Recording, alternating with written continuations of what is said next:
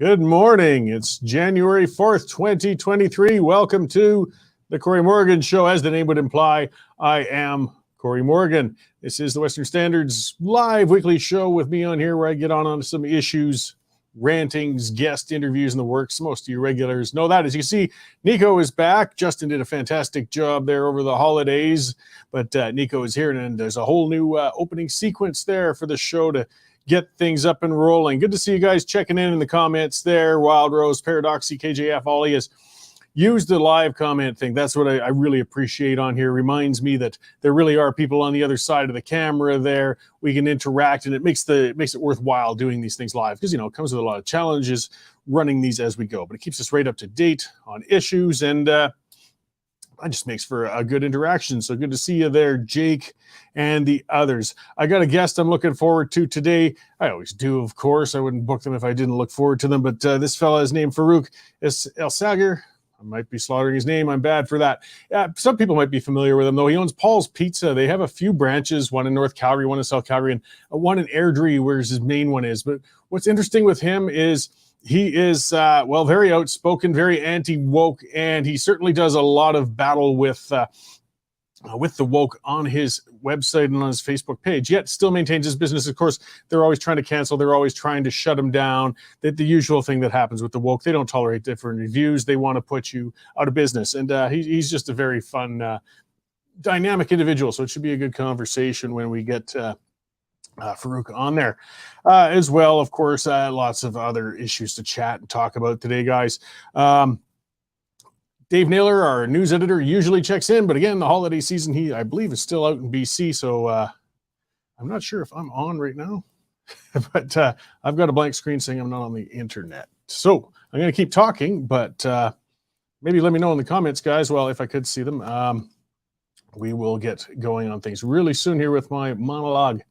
And it just makes it challenging for me here. Just to check in, we might have a couple of tech problems. It's the new year. I've just refreshed. We're back. Okay, I seem to be on. I see Farouk in the lobby there. It looks like we've lost a few viewers, so maybe we popped off for a bit. Darn it. Okay, what do we got? Scott there. Cheryl, did I lose my razor? Nah, I just didn't feel like shaving this week. E Sharp, Tim Olson. Good to see you guys all coming back. Okay, let me get back to my rant and open up with things anyways with today's monologue. We've got a guest on deck who's going to be on in about 20 minutes. Good to see you there, Arthur and Allison. All right, getting a little more serious with things, though this one is a kind of a downer, but it's important. So, Canadians were horrified with the murder of 28-year-old OPP Constable Greg Persala last December. They were horrified then, and they were outraged to discover that one of the murderers had a long history of violent crimes, including charges for assault against a peace officer. Yet he'd been released on bail. Randall McKenzie, he'd been in and out of prison for violent crimes. He was banned from possessing firearms. And of course, despite all that, he was given bail after being arrested for violent crimes and was in possession of a firearm. Due to Canada's lax criminal justice system, an innocent young police officer was murdered by a man who never should have been free to commit the crime. But why was Randall McKenzie repeatedly released despite the clear danger he presented to the public at large? Well, it all comes down to something called the Gladue Principles. Those principles were created through a Supreme Court case in 1999. Jamie Tanis Gladue stabbed her common-law husband to death, and it was ruled that her indigenous background should be taken into consideration upon sentencing. The precedent and principles set were that lighter sentences should be given to indigenous offenders by the courts whenever possible. The Canadian government just recently, in 2020, spent $49.3 million to support the further implementation of those principles in the system, spreading it through prosecutors and judges. And during one of Mackenzie's parole hearings, it was stated that he had suffered the negative impacts of colonialism, and he believed his grandfather might even have attended a residential school. Yes, might have attended. And these things may or not may be true, but they don't have much bearing on whether or not Mackenzie would be safe to release. But that doesn't matter when it comes to the Gladue Principles. In a 2012 court case, another case went to the Supreme Court with a man named Manassi Ipili. Ipili, I could be mispronouncing it. He was a repeat violent sex offender, though. And the court reaffirmed, it went all the way to the Supreme Court, reaffirmed the Gladue Principles. Well, he'd been released, rearrested, and released and rearrested several times since then, a violent sexual offender. Now, last May in Calgary, a visually impaired senior citizen named Leonard Smith was randomly attacked while waiting for a train to go to work. His throat was cut ear to ear, and he was lucky to survive. The man who tried to kill Smith was a violent repeat offender named Bobby Crane. Crane's going to be free in about 14 months. And the judge ruled we must take into account the history of colonialism. Sound familiar? Last September, Miles Sanderson, I hate to even say that man's name, he murdered 11 people on the James Smith Cree Nation in Saskatchewan. He had 59 criminal convictions behind him, many of them violent. And still, he got nothing but short releases or sentences. He was released, and it led to the deaths of 11 people. Now, studying the impacts of Indigenous policies and history is important when we're trying to find ways to prevent crime. Absolutely. Indigenous people are definitely very overrepresented in the prison system. The reason for that, though, is that Indigenous people are overrepresented when it comes to committing crimes. The system's failing them, and we need to understand why. But with all that said, it doesn't mean that Indigenous people convicted of violent crimes will be any less likely to reoffend upon release. And when we're going to consider bail and sentencing or parole of violent offenders, the safety of the public has to come first, no matter what the history might have been for the offender. Most sex offenders of any race experienced abuse themselves as children, and this is tragic, but it doesn't mean the offender is any less dangerous. The supposed intent of the Gladue Principles was to reduce the number of Indigenous people incarcerated. Well, it's been 20 years, more than 20 years, since the Gladue ruling, and Indigenous people are as overrepresented in the system as ever, if not actually more. So how long is it going to take to admit the principles have been a failure? How many more people have to die? Race-based policies in Canada created a terrible situation, and they created the situation that Indigenous people are living in. More race-based policies, though, aren't going to solve the problem. If we want to get to the root of why Indigenous people are disproportionately committing and being victims of crime, we should be looking at repealing the Indian Act and working away from our system of apartheid called reserves. There's clearly a problem in Canada. Indigenous people are the ones who are suffering from it. In the meantime, though, we need to put public safety first. We need to ensure dangerous offenders remain incarcerated no matter what their race and background are. The Gladue Principles have to go. All right, so that's a bit on a serious note, but I mean, it was infuriating, that poor young officer, and then we hear these stories over and over and over again. These are offenders that you don't need to be a very experienced judge or criminologist to look at their history and realize these are people who cannot be reformed, or at least not in any short period of time. They present a terrible risk to the public at large, yet they get released, and of course they reoffend, and the public pays the price. Some people say we can't afford long sentences. Well, can we afford to let them out? It's not like they're out for long. The chronic ones, the violent ones, they're in and out anyways. It's cheaper just to keep them in than to have to keep retrying them. So yeah, we've got to really reevaluate this. I don't know. We want to hope for the best. But yeah, we got more sentencing coming. Terry Newman pointing out Ian Gladue, Drumheller Institution inmate, sentenced 75 days for stabbing an inmate in 2021. I wonder if what the sentence would have been had the name not been Gladue. Yeah, it's hard to tell, but you see, as I said, judges and prosecutors are now being instructed to take this into account. Like there was millions spent to keep educating them on that. So this has to be brought up every time, whether they're paroling, whether they're bailing, and so on. All they should be talking about when we're talking about parole or bail or sentencing is the public safety. That should come first. Nothing else. Then we'll work on the other things. Yes, we want to work on reforming people. Yes, we want to try and prevent the crimes from happening in the first place. But once the crimes have been done, then we have to start looking at public protection. But that seems to be too complicated in Canada's system. So speaking of people who have difficulty with coming to grips with things or thinking about things, let's talk about Prime Minister Justin Trudeau. Yeah, not the sharpest knife in the drawer, but he is the man leading our country right now. We're looking, if we're going to talk into what's going to be happening in 2023. Justin has decided now is time to bring in, he's been talking about it for a long time, the Just Transition Bill. This bill, we'll see what's in the details when it comes into it. Bottom line is, he's saying, well, this is how, because oil industry is going to die, it's going to be finished. It's yesterday's energy. Germany has realized that that's not the case. But either way, he wants to phase out Alberta's energy sector. He wants to shut it down. He has idiotically, basically illegalized the production of combustion engines in cars in 2035. It's not going to work. It's not going to happen, but it's going to cost us a fortune as he pursues this. And this just transition saying, oh, we'll retrain all the energy sector workers in green energy fields. Yeah, how? Where? In all the electric car plants in Ontario that you're subsidizing? I don't think so. This transition is going to be a transition from being one of the most prosperous nations on earth to one of the poorest if we keep down the lines of this Venezuelan idiocy that our prime minister is pushing us towards. But that's what we're looking forward to in 2023. Now, people might have issues with Danielle Smith. Lots of people do. That's fine, but she's our premier right now. And the alternative is Rachel Notley. Now, who do you think is going to be better placed to stand up to Trudeau with the just transition? Notley, who has to answer to Jagmeet Singh, or Danielle Smith? Hey, quit looking for a perfect leader, guys. Just look for the better of the two. And I don't think it's a difficult decision to make. I mean, I was listening the other day. I torture myself with conventional talk radio. We know that. I do that now and then. And there was an expert on the climate and the rest. She was speaking, saying, oh, this transition to electric vehicles, it'll be easy. Yeah, we might have to increase the power grid by, I don't know, 2 to 3 times. Yeah, 200 to 300% increase in the power grid infrastructure. And she just threw that out offhandedly and then moved on. Wait a minute. You think we can triple our capacity in 12 years? The infrastructure that right now is barely serving the population as it is, where there's brownouts in Ontario, where we had energy shortages in Alberta? Not a chance. Where's the new hydroelectric dams? Where's the new nuclear plants that are going to generate that power? How many houses will have to be upgraded? The transmission lines, just on every level. To bring this about by 2035, when Prime Minister Ding Dong is going to eliminate supposedly combustion engines, it's not going to happen. But you know what will happen? We'll be screwed. And we'll be bringing in those combustion engines from other countries. Trudeau will be gone by then, I would hope. I'm hoping Alberta will be gone by then, but that's a separate issue we'll talk about at a different show. But just look at Germany. They're such a prime example of it. They said, we're going to go green. We're going to go green. They shut down their coal energy generation. They shut down their nuclear generation.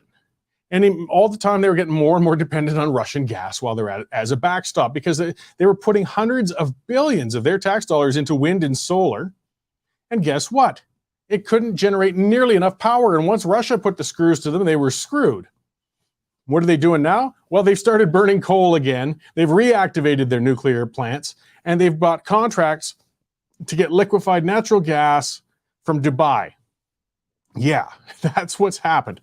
See, you can make all of your goals and your plans and set your little deadlines. But when push comes to shove, you end up having to go back to conventional energy. And that's what's going to happen in Canada. Except we'll be getting those cars from Mexico or the United States or Asian countries. We'll have to import them because our prime minister basically illegalized the production of those vehicles here. And we will pay a fortune for them. And of course, again, that will further damage the economy. Doesn't matter to a prime minister who was born with a silver spoon in his mouth, spent his vacation in Jamaica, kicking back, gets his private jets to fly him around. He doesn't worry about the cost of living, because in his world, it's just, I'll just send the maid out to find cheaper food. I mean, how hard is it, people? We got a scary looking 2023 ahead of us. And I mean, I'm going to hit one more story before we get on to Farouk. And this kind of shows that this was out in Blacklock's Reporter, and it might be up on the Western Standard there soon, is gangs. Yeah, we got gang involvement in the public sector. Our government employees, it's not really that shocking, I guess. It's only a natural place to go. Have organized crime getting involved with them. There's a memo that went out and estimated that 26 criminal gangs were operating within Canadian public sector agencies or departments. I don't know if that's necessarily all that bad. I got a feeling Hell's Angels could manage the passport office better than the government could anyway. So maybe it's not so bad having these gangs getting involved in there anyways. The government's not doing a bloody good job anyhow. But getting on the serious side of it, there's only one reason why criminal gangs get involved in something, is because there's money in it somewhere. So what sort of corruption is going on that would draw the attention of criminal gangs to the public center, to those pointy-headed bureaucrats and drones that are costing us a fortune in these offices, these federal offices? The Criminal Intelligence Service, in a report last April, they counted 31 criminal groups, mostly at the municipal level. Okay, that's interesting, actually. That does change things a little bit. I can understand a little bit. Of which 26% are mafia groups, 10% are motorcycle gangs, and 6% are street gangs. I'm not sure what that other giant percent is, but that comes down to a lot of, I can see where some of the money is going in that case. I mean, organized crime has always been tied tightly with organized labor. I mean, look at the history of the Teamsters, and you can get a good idea with that. And when you can get into areas with that got into a lot of municipal politics, when you looked at, say, The Sopranos, it's a fictional show, but when they were all tied up with trucks and garbage trucks, well, that's the truth of a lot of it over there, because that's all contracted to municipal governments. And all you have to do is compromise a few officials to get some very large contracts to get some things rolling. Montreal has had a lot of problems with organized crime getting involved in their municipal politics traditionally as well, actually, if you want to look into that. Saxon Riverstone saying the border agency is rife with criminals as well. Yeah, and the RCMP too. He says, well, maybe, I don't know. I mean, I guess it would be a good place to infiltrate if you want to get some stuff done and get away with crimes. Of course, corrupting the police forces is a good way to go, as well as your local governments.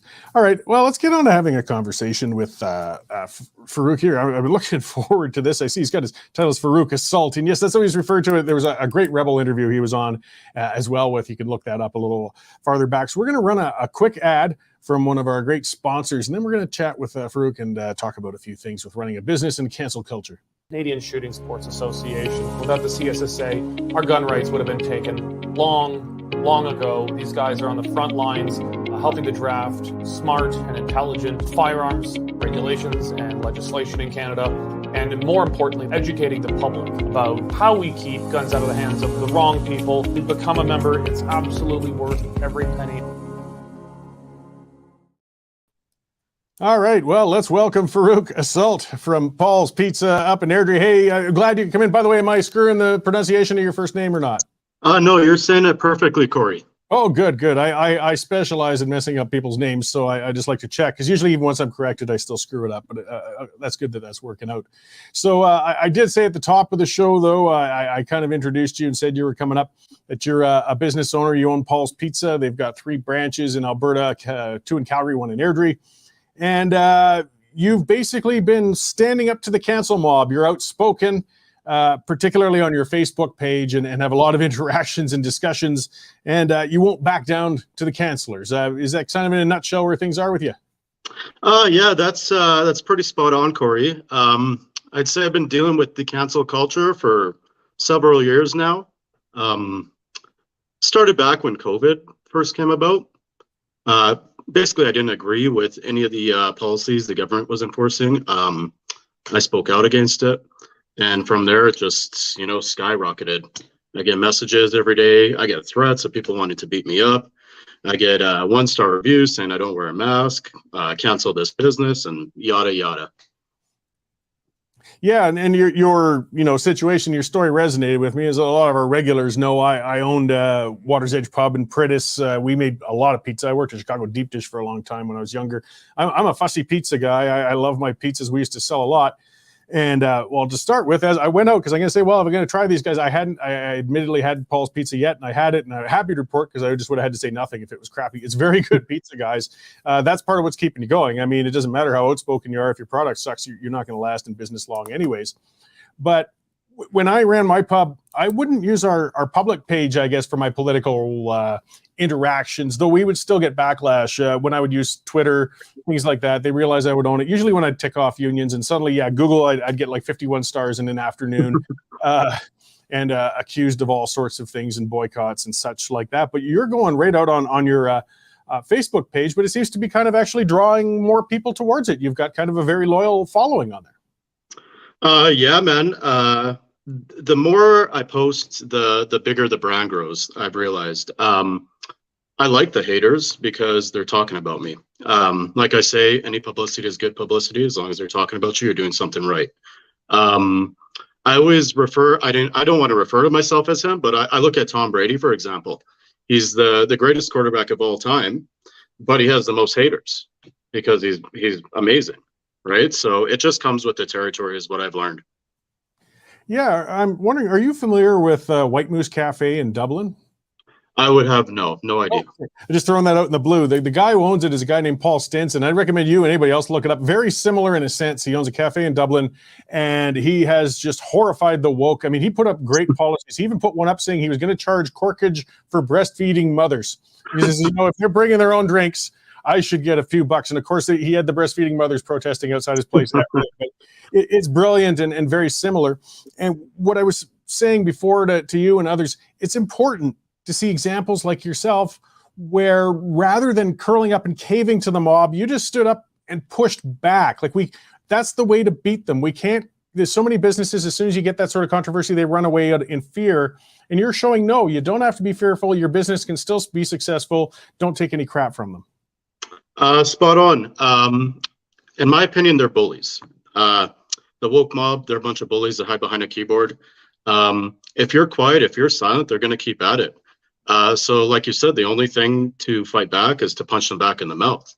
And what I'm trying to do, my Facebook isn't just for business to grow the brand, but I'm trying to teach the world a lesson, right? I'm trying to teach these other businesses, like you just said, not to stay silent, to say something back. If they give you, a 1-star review, say something shitty about your business, who cares, right? Move on, get over it.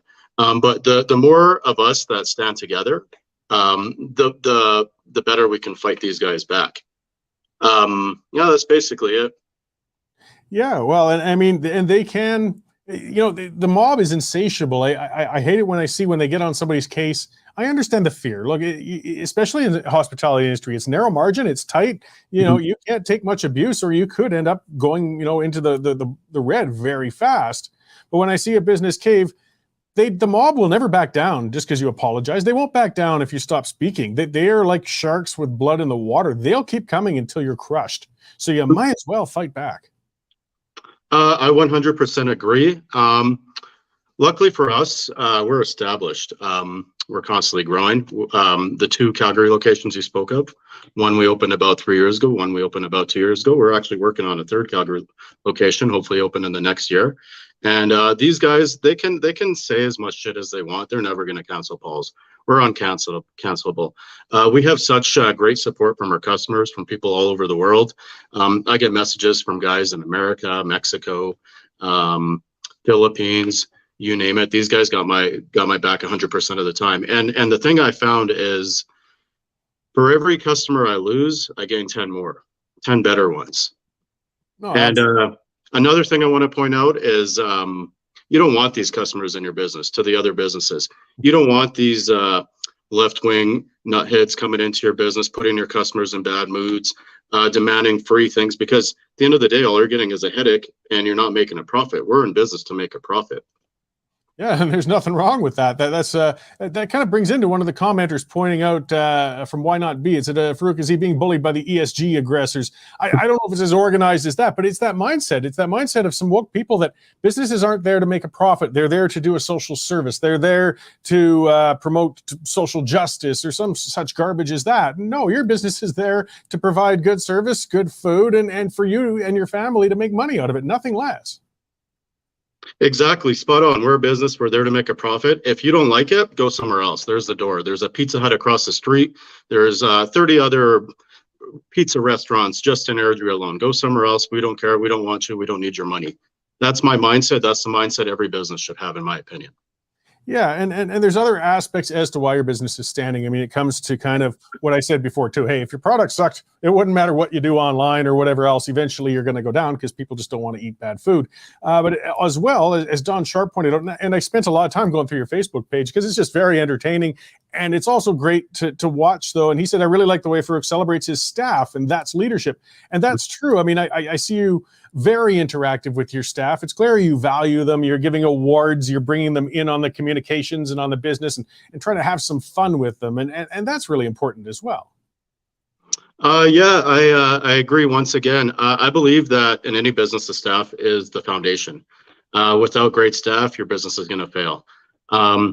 I believe I'm very spiritual, so I believe in positive energy. And the more positive they are, the more uplifted they are, the more family oriented you make the environment, the more effort they're going to put into the business, and the more they're going to work together. The happier they're going to be, the happier they work.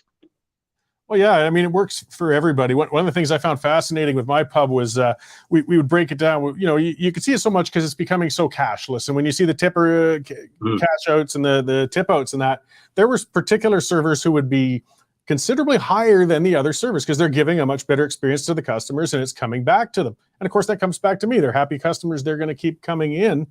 You get that again from the woke. Oh, they abuse their staff. They don't pay them enough, or all that garbage. Look, you know that you're relying on those employees. You have to treat them well, or it's as bad as having bad food. You're just not going to be in business for long if you abuse them.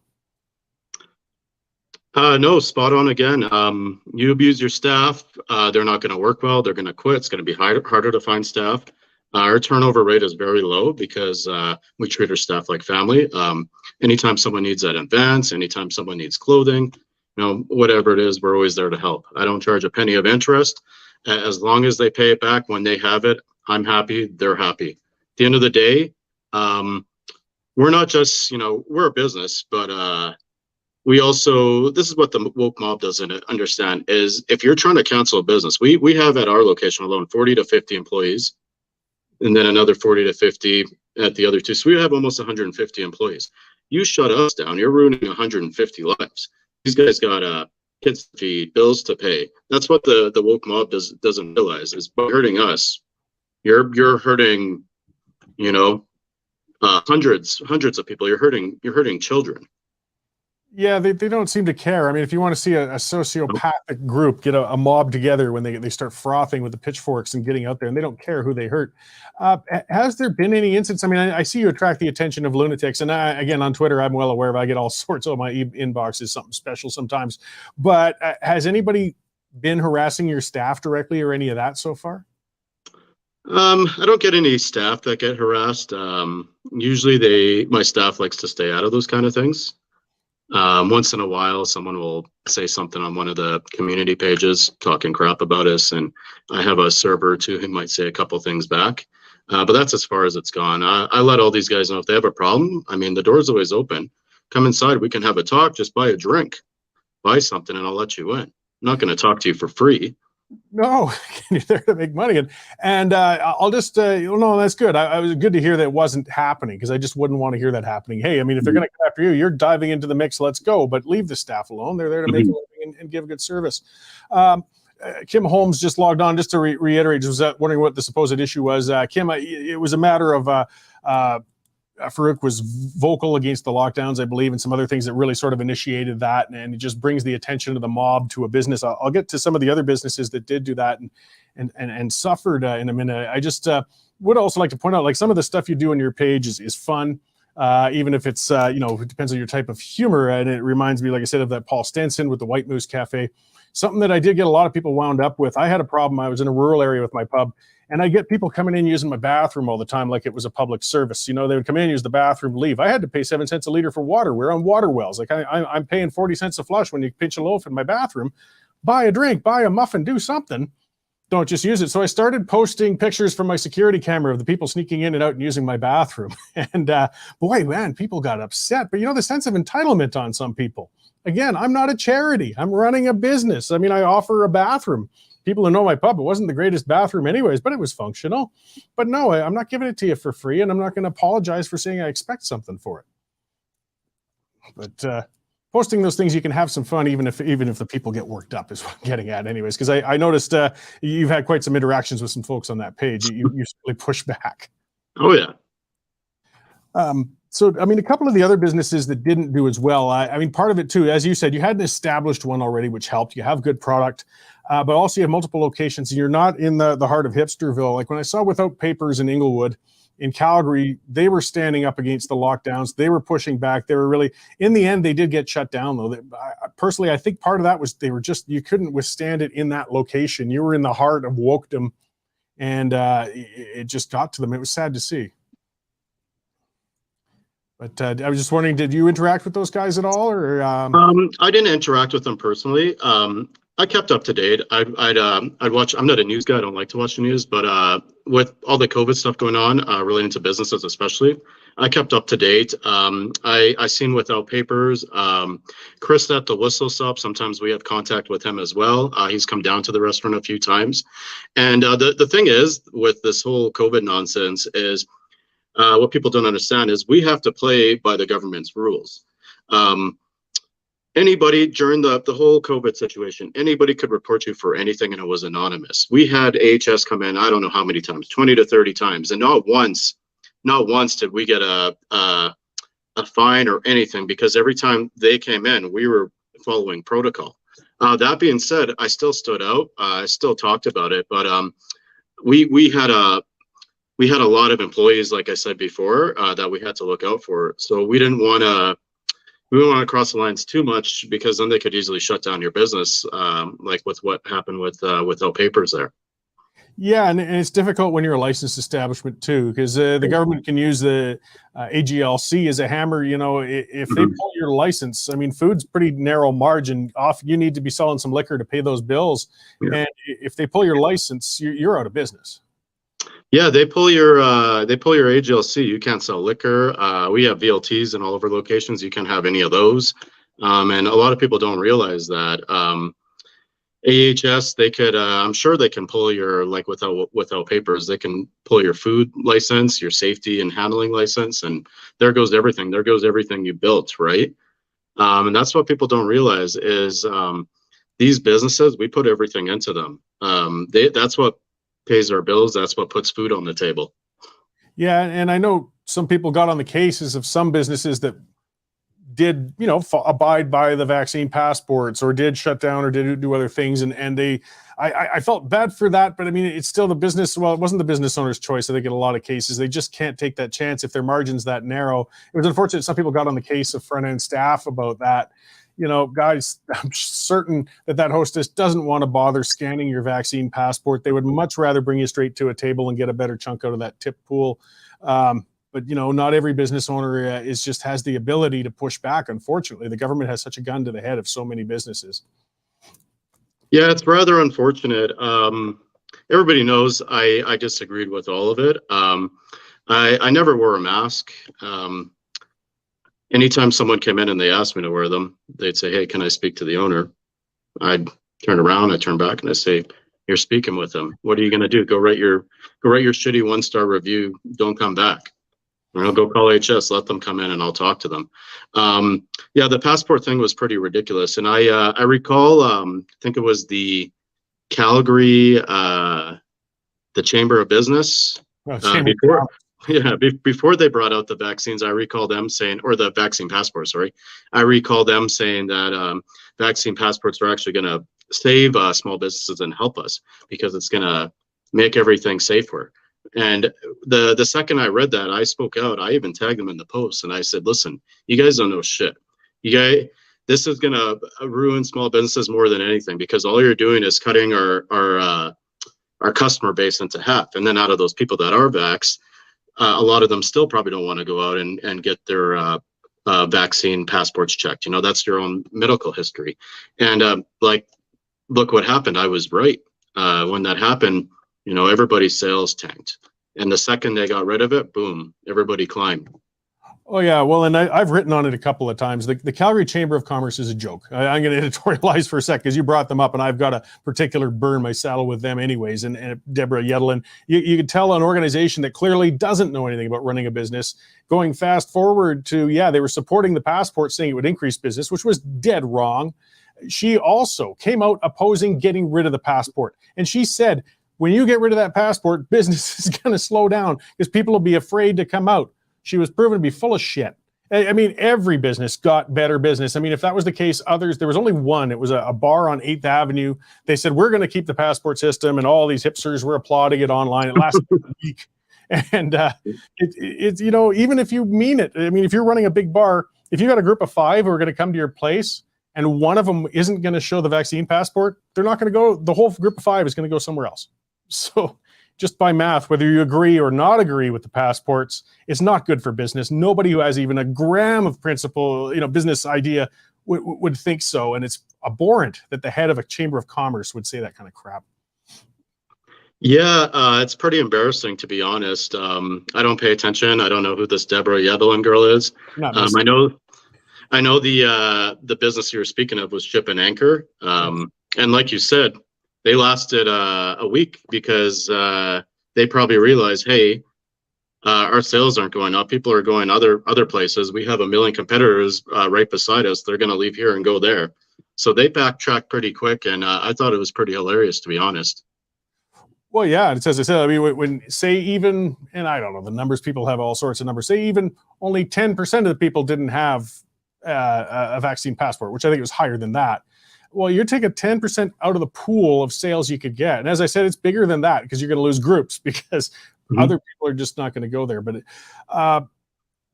people weren't listening to business owners. They were listening to politicians. They were listening to activists. They were listening to, people like Yedelin, who was a business writer before she took over the chamber. She's never, as far as I could tell, run a small business, because again, none would be able to say that sort of thing with a straight face. But most of their intent was to embarrass Jason Kenney, and try, and they were hoping for a disaster when he lifted the passports. But that's a separate issue altogether as well. So business now, though, I mean, we're going into 2023. This should hopefully be our first restriction-free year in some years. Is it going well for you guys? As you said, you're expanding. You got another location you're looking at now? Yeah, actually, so I went over the yearly sales the other day, and so from 2020 to 2021, we dipped, like I'm guessing most businesses did because we were facing restrictions that year. We dipped about 6.5%. But luckily for us, we have a strong takeout. Most of our food, pasta, pizza, whatever it is built for takeout. We're not like a fine dining restaurant where, they're screwed during the whole thing because people are going out to eat. They're not going to order takeout from them. But anyways, we went down 6.5% in 2021. And then from 2021 to 2022 last year, we went up about 18%. So numbers are strong. We're expanding. We're coming up with a lot of new projects. I just spent $80,000 on a brand new Jeep Gladiator to take around to events. And yeah, we'll see how 2023 goes. I think it's going to be a good year, to be honest. Well, good. I think we saw some social media comments, people whining about the way you drive your Gladiator, though. There's some of the risks you're going to have when you're driving a billboard when you get some of the lunatics around. Hopefully you don't get anything thrown at it or anything like that. Oh, yeah. I mean, that's always in the back of my mind. I had a cop the first night I actually picked it up, tail me for 5 minutes all the way to my house. And I made sure I wasn't speeding. And I thought in my head, I said, if this guy pulls me over, I'm going to tell him, sorry, bro, read the sign. We don't sell donuts. Luckily, he didn't pull me over. And, someone vandalizes my car. That's just more power for us, right? That's just showing that, the woke mob aren't whatever they say they are. They're all nice and open-minded and accepting and caring. That's all that'll prove. We already know it's wrong, but it'll just prove it even more. Yeah, no, they're vindictive, to use the term that's been beaten to death, but it's true. They're a bunch of Karens who can't just accept that, okay, fine, you don't like that place, leave it alone. Don't go there, don't eat there, go somewhere else. This isn't that complicated, but they can't live that way. They have to interfere. They have to try and shut it down. And as I said, I really appreciate what you're doing because it stands as a symbol for other businesses and other people to realize that these are toothless tigers. They're jerks. They can cause a little bit of short-term damage, but in the long run, they're nobody, they're nothing. And if you stand up to them, it'll pay off in the long run. I mean, you're doing great for a number of reasons. I don't think it's just because of your business stance. Obviously, you're running a good business while you're at it as well. But it's just important. And the mob, they only have power if you give it to them. Yeah, I agree 100%, man. The more you stay quiet, the hungrier and the more powerful they're going to get. To your other point, yeah, exactly. If you don't like it, go somewhere else. I mean, there's a lot of people and places and businesses that I don't like. I'm not going to go and spend all day on their social media, reading every post, arguing with every single commenter. I mean, who does that? Do something with your life. Do something better. I mean, wake up, look at yourself in the mirror, and meditate. Smoke some weed, get laid. I don't freaking know. Do something to keep you happy and do something good for the world. Yeah, anything's more productive than going and picking away at other people. Well, I really appreciate what you're doing. I appreciate you coming on to talk to us today, Farouk. Maybe one last time, you can kind of let people know where they can find your businesses and where they can find you online. So we have 3 locations, one in Airdrie, one in Calgary Shaughnessy, one in Calgary Northeast off 32nd, right off Barlow. You could also visit our website, www.pauls.pizza. I have an Instagram account. I have a Facebook account. I don't use Twitter, TikTok, any of the other crap. That's basically it. And thank you, Cory, for having me on the show, and I appreciate it. Right on. Well, and I'll be sure to get another pizza out of you soon. I'll try to drag Jane up to Airdrie one of these days and have a sit down up that way. Will do. Shots on me. Right on. Okay. Well, thanks again, and we'll hopefully see you sometime soon. So for everybody, yes, that was Farouk Assault, Elsaghir in full, and yes, of Paul's Pizza. I just find it refreshing, get on back at the mob, push back at them, don't take their garbage. And, they're not going away. We're seeing that sort of thing. I mean, think of it on the grand scope, I guess. the cancel mob, they just won't lay off. Something that's been a story on recently, or Jordan Peterson. You know, they're going after his psychology license now. He's going to have to go to some hearings. They're talking about putting him through some social media sensitivity training or some sort of crap. They're looking to pull the man's professional license because they don't like his policies. Why? How vindictive are you? What is your problem? What does this have to do with his ability to practice as a psychologist? But the mob won't lay off. The difference and part of why they hate Jordan Peterson, this is where it all started. Nobody'd heard of Peterson aside from a small group of people in universities and academia until they tried to force him to use gender pronouns. And he finally put his foot down and said, blow it out your ass. I'm going to call you he, him. I'm not doing this stupid Z-Zerza stuff. And he put his foot down. And that's what drove the mob bananas. How dare he not just cave? How dare he not apologize? How dare he not stop? And there's the irony of it, because then they took an obscure professor of psychology and turned him into what now is one of the most internationally well-known people around. I mean, his book sales have gone through the roof, and people have gone after his books. Guys, it's a self-help book. The first thing I think it tells you in that book with the 12 principles is to make your bed. And I think the last one is to make sure always to pet a cat when you go by it. But they call it controversial. The cancel mob made Jordan Peterson rich, and they're still coming after him. But you see, if he'd have just bent, if he'd have said, oh, okay, I'm sorry, I'll refer to that weird lone person in the back of the room, whoever the anonymous one who made the complaint was, and yes, you are now Z and Zer, do you think his career would have gone better? Do you think they would have laid off on him? No. He would have probably eventually been canceled and shuffled out, lost tenure and the rest, and been gone as a professor. But instead, he pushed back, and not only did it save his own career, it backfired. It was pure Streisand effect, and he's now a much more powerful person than he ever was. They created Jordan Peterson, and good on them. And, you know, Paul's Pizza, I keep saying, because I don't want to undercut that, the important thing is you got good product, you got good staff, because it doesn't matter what sort of political stance you make. If your pizza's crap and you abuse your staff, you're going out of business soon.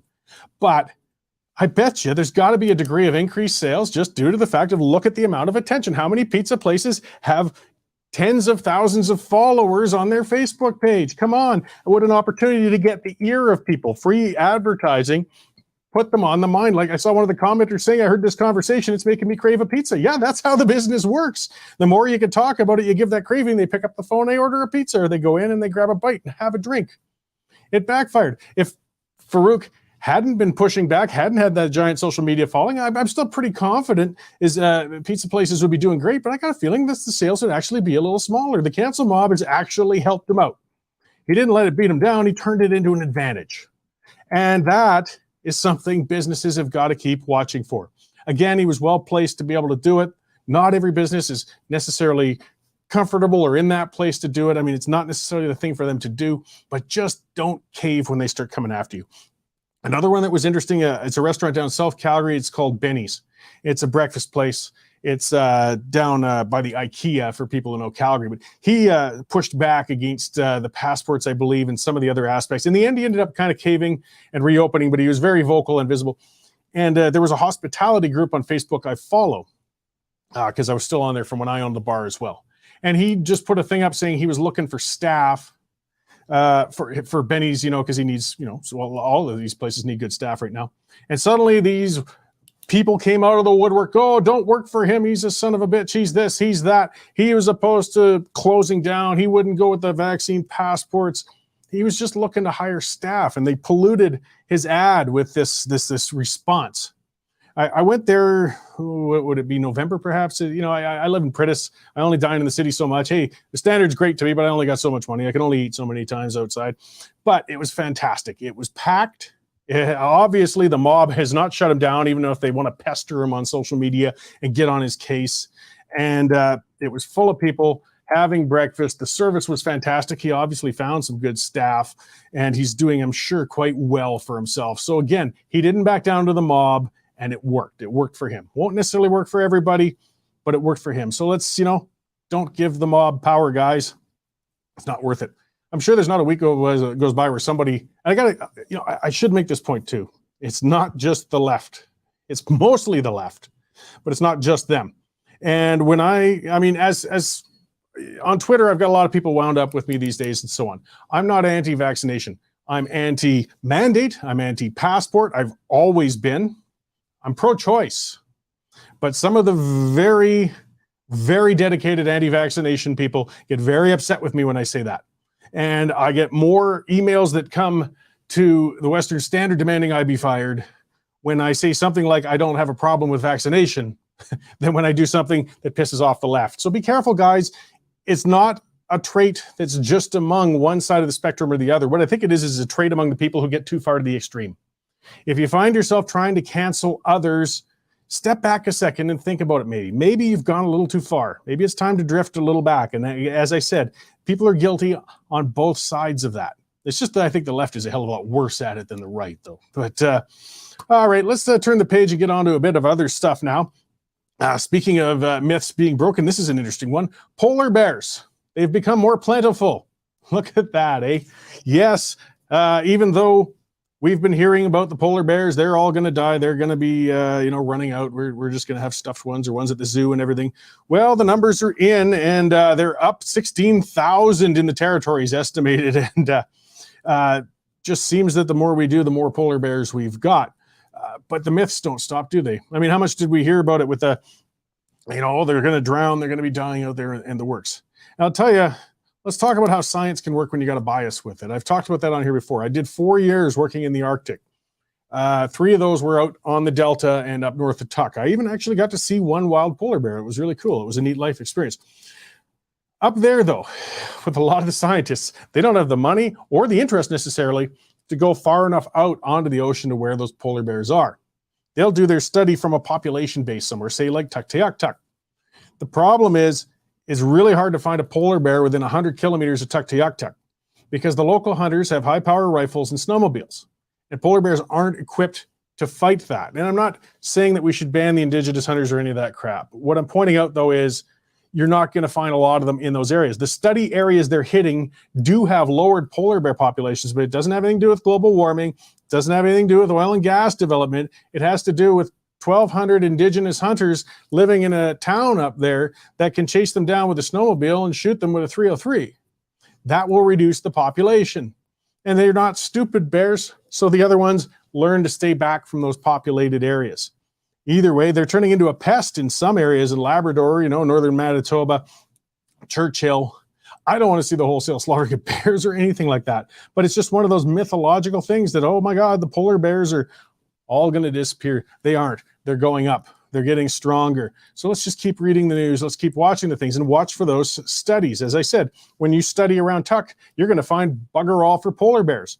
If you could find the budget to get a camp out on the ice like we were stuck in the Arctic Star out there, there's more polar bears because we're not hunting them. We were looking for oil and gas. Check your news carefully. It was when the studies come out. It's amazing how they can twist things. Here's one more before I'll get to our ag commodities check-in here. This is a neat one. The lockdowns helped us meet our climate goal. Finally, we found the way to reach our climate goals. All we had to do was shut down the economy and make everybody broke and miserable. Actually, we always knew that was the only way they're going to do it. Shouldn't be celebrated by any means, but there's a report saying we finally had emissions fall 9%. Yeah, in 2020. That's because you banned everybody from traveling, you locked them in their houses, and you shut down commerce, and we're still trying to recover from it today.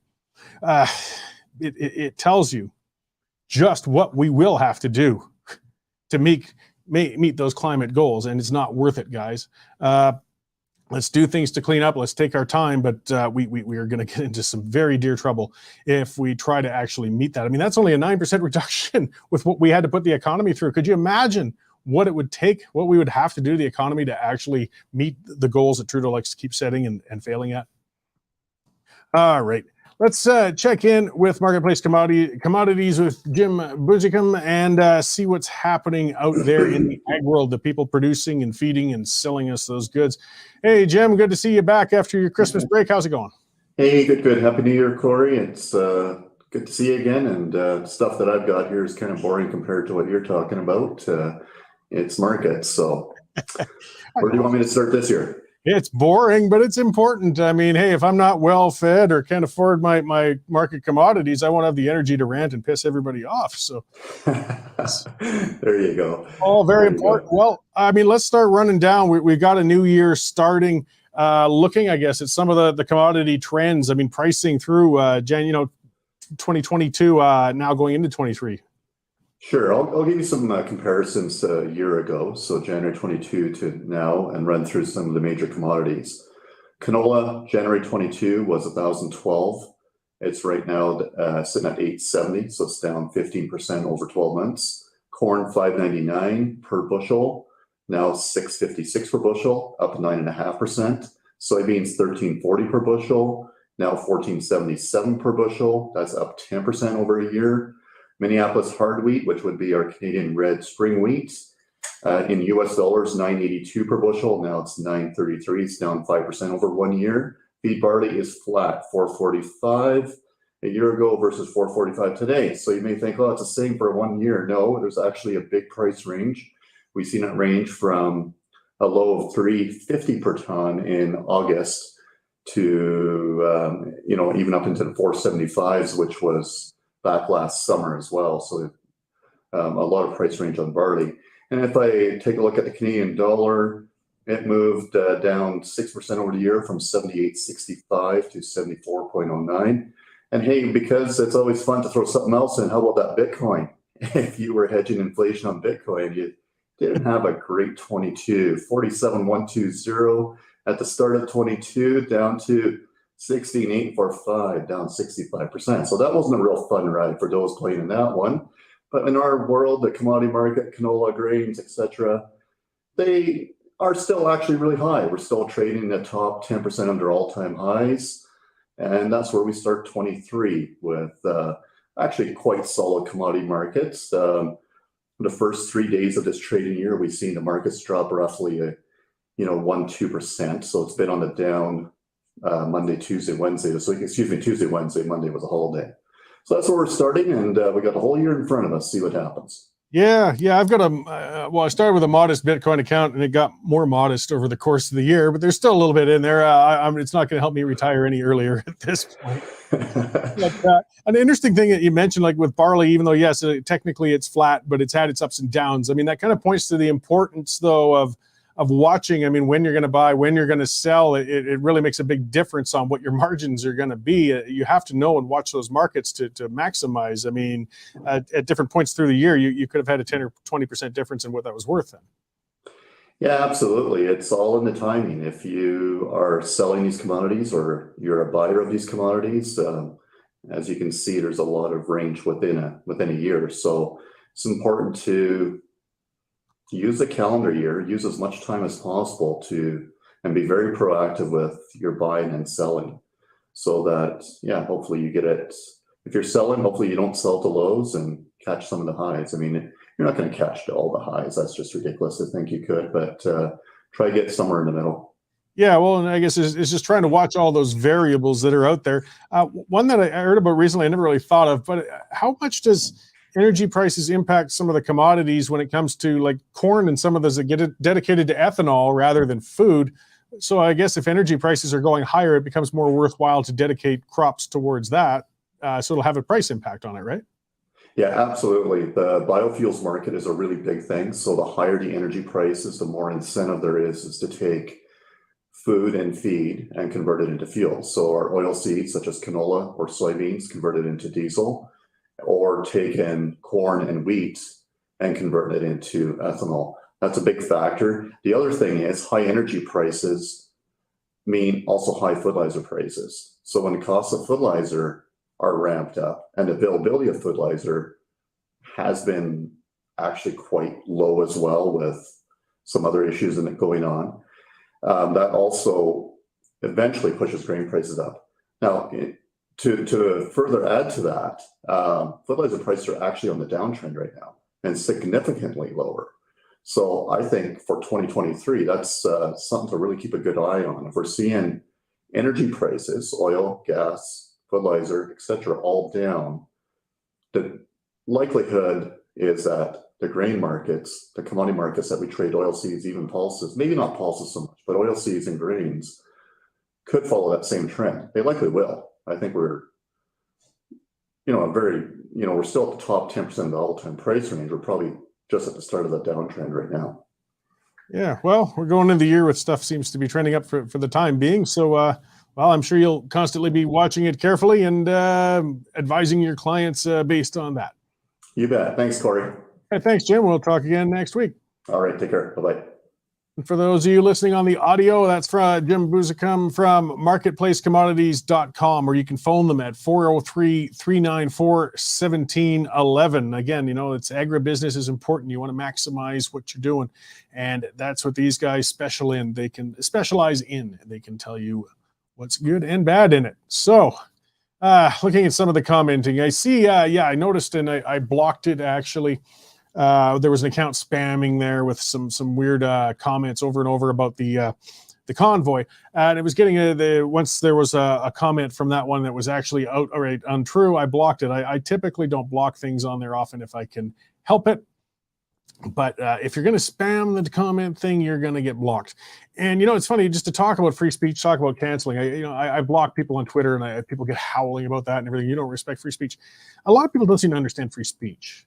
If I block somebody on here, I block somebody on Twitter, you can still speak. You just can't speak on my platform. You can scream your head off in your bedroom. You can set up your own YouTube channel. You can get your own Twitter account.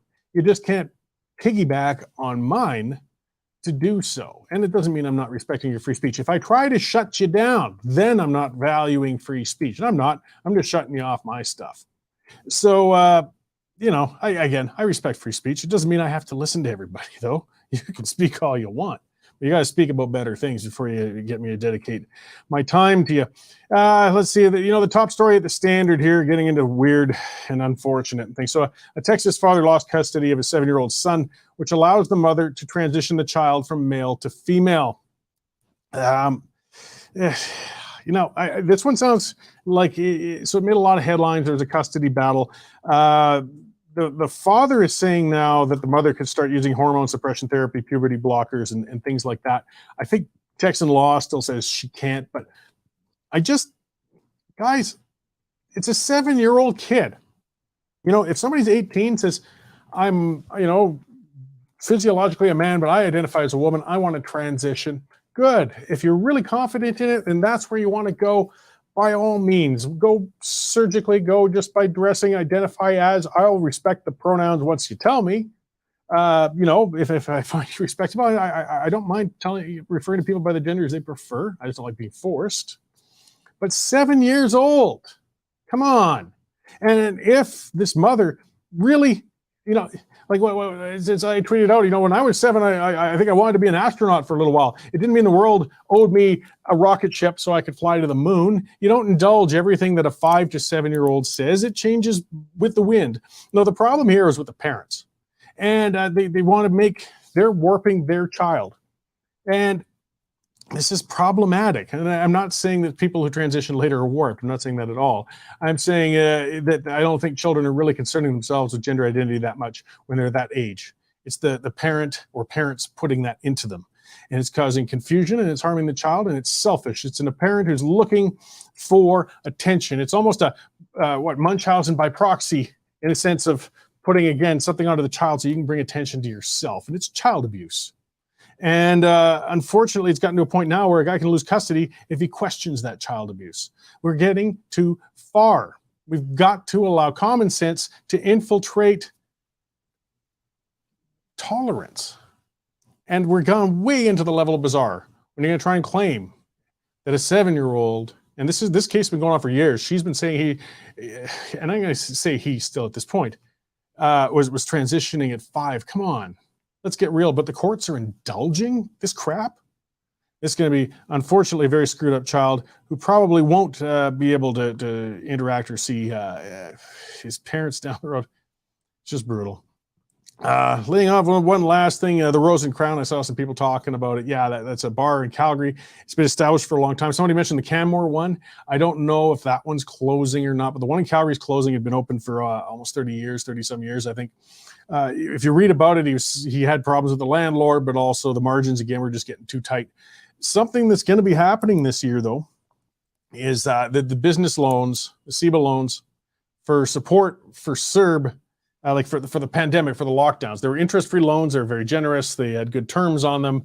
But this year, those loans have to be paid back or the interest starts tacking onto it. And I think a few businesses now, when 2023 hits, they're starting to look at their books. And if they're kind of marginal, if they're kind of tight, they might say, you know what, I've had enough. This is the time to pull the pin.